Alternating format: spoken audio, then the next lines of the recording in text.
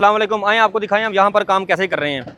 ये देखें, ये लोकेशन है फैसलाबाद की, Khayyam restaurant near Iqbal stadium. तो यहाँ पर पहले किसी कंपनी ने फ्रेम लगाया हुआ था, वो सारा मैंने जो है ना वो कटवा दिया है, डिसमेंटल करवा दिया। यहाँ पर दिखाएं जी कितना गार्डर पड़ा हुआ नीचे, क्योंकि उन्होंने 140 पे 130 पे लगाया हुआ था। एजमुथ एंगल गलत था, ठीक है, डिग्री अच्छी नहीं रखी थी। और ये जो लगा हुआ है ना यू चैनल, फुट में 1.5 किलो वाला यू चैनल लगाया हुआ था उन्होंने प्लेटों के नीचे, और सारे को जंग ने खाया हुआ था। ठीक है जी, तो आए मैं आपको दिखाता हूँ मैं काम किस तरीके से कर रहा हूँ।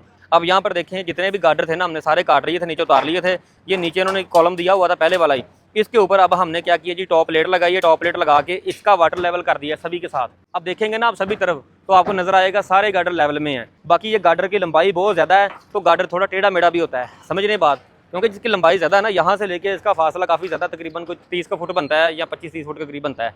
तो अब ये देखें, अभी हमने इसको क्या किया जी, इसके नीचे हमने ब्रेस लगाई है।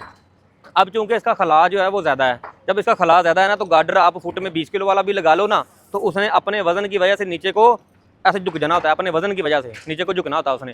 तो नीचे को ना झुके तो उसका क्या हल है, या फिर उस वहाँ पर कैंची डालते हैं। कैंची तो डाली नहीं इन्होंने, ठीक है जी, क्योंकि फ्रेम तो पहले का बना हुआ था।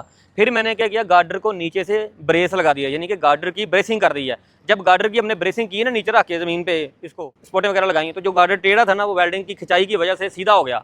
अब जो है वो इन सभी की ब्रेसिंग हो गई है। अब हम क्या करेंगे, इसके ऊपर फिर दोबारा इस तरफ को गार्डर डालेंगे ऐसे, फिर उसके ऊपर पिलर लगाएंगे, फिर उसके ऊपर सी चैनल आएगा। तो मकसद बात का ये भी, अगर आप काम को समझ के करें तो फिर काम अच्छा होता है। तो यहाँ पर पहले 140 पे फ्रेम लगा दिया था, 130 या 140 इस तरफ को बनता है।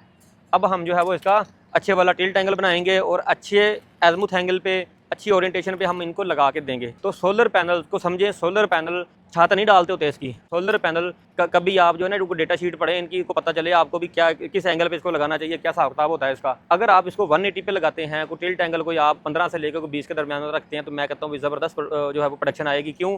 क्योंकि हम 15 से लेकर 20 तक क्यों रखेंगे, क्योंकि हर जगह पर आप ज़्यादा टिल्ट एंगल नहीं रख सकते। अगर आप एक फ्रेम बना रहे हैं, 50 किलो वाट की साइड लगा रहे हैं, तब आप 14 डिग्री का टिल्ट भी नहीं रख सकते। क्यों? अगर उसकी लेंथ साउथ की तरफ है कोई 100 फुट तो फिर आप कैसे उसका 14 का टिल्ट रखेंगे, वो तो पीछे से हाइट हो जाएगी उसकी को 25-30 फुट। तो इसलिए जो है ना, फ्रेम को डिवाइड कर लेते हैं, उसकी टाइप को चेंज कर लेते हैं।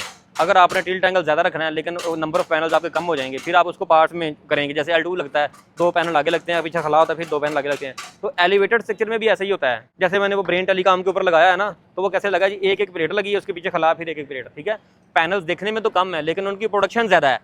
तो ज़्यादा पैनल लगाने से ज़्यादा वाट बनते हैं, ज़्यादा यूनिट नहीं बनते। तो इसलिए जो है ना वो ज़रा थोड़े से ना देखा करें, सोच समझ के काम किया करें। अभी हमने क्या करना जी, यहाँ पर भी इसकी वो ब्रेस देनी है, यहाँ पर हमने इसकी ब्रेस लगानी है, ये यहाँ पर ऐसे, ताकि ऊपर वजन पड़े ना तो वो इसके बेस में जाए, यहाँ पर फिर दोबारा लिफे ना और ना इसमें कोई लचक आए। तो मजीद इस तरह की वीडियो देखने के लिए हमारे अकाउंट को फॉलो करें। अल्लाह हाफिज़।